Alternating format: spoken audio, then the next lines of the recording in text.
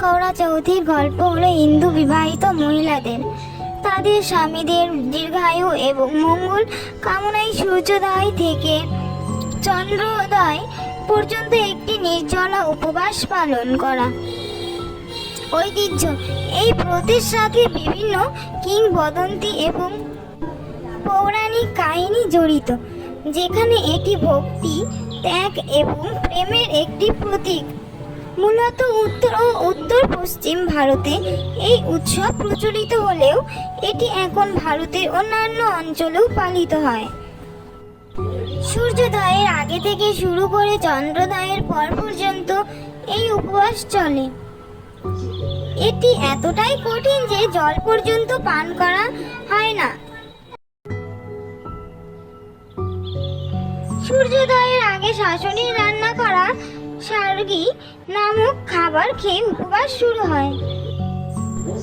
সন্ধ্যায় মহিলারা একত্রিত হয়ে কওড়া বা মাটির পাত্র ব্যবহার করে চাঁদ ও দেবদেবীর পূজা করেন। তারা স্বামী দীর্ঘায়ু কামনা করেন এবং প্রার্থনা করেন। চাঁদ দেখার পর চালনির মধ্যে দিয়ে চাঁদ এবং তারপর স্বামীর মুখ দেখে উপবাস ভঙ্গ করা হয়। স্বামী স্ত্রীকে জল খাইয়ে উপবাস ভাঙান। এই ব্রতটি মূলত ভালোবাসা, বিশ্বাস এবং প্রতিশ্রুতির এক প্রতীক। এটি স্বামীর দীর্ঘ জীবন এবং সুস্বাস্থ্যের জন্য পালিত হয়।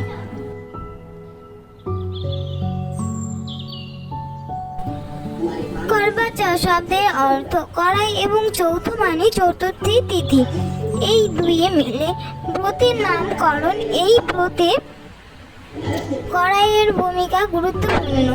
যারা ব্রত রাখেন তারা নতুন কড়াই কেনেন, সেখানে রাখেন নতুন কাপড়, কাচের চুড়ি এবং বাড়িতে তৈরি মুখরোচক খাবার ও মিষ্টি। একে অন্যের সঙ্গে সেই কড়াই আদান প্রদানও করেন তারা। সন্তান এবং স্ত্রীকে রেখে স্বামী যেতেন দূর দেশে যুদ্ধক্ষেত্রে, পেশায় সৈন্য। স্বামীর জন্য উদ্বেগের প্রহর শুনতেন স্ত্রী। তার মঙ্গল কামনায় বিশেষ উপবাস ব্রত করতেন। কার্তিক মাসের প্রথম পূর্ণিমার পরে কৃষ্ণপক্ষের চতুর্থী তিথিকে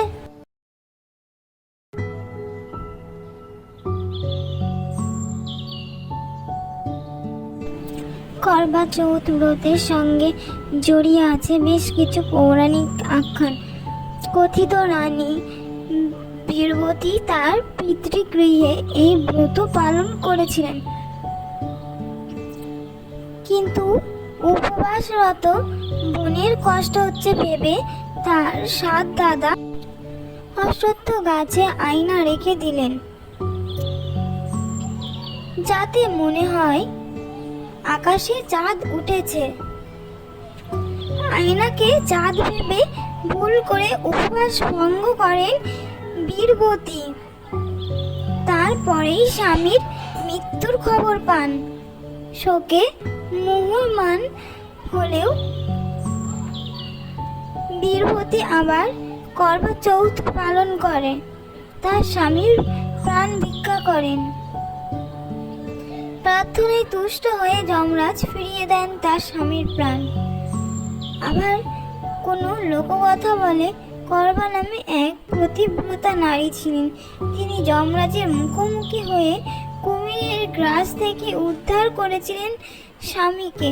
তার নামেই নাকি এই ব্রতের নামকরণ।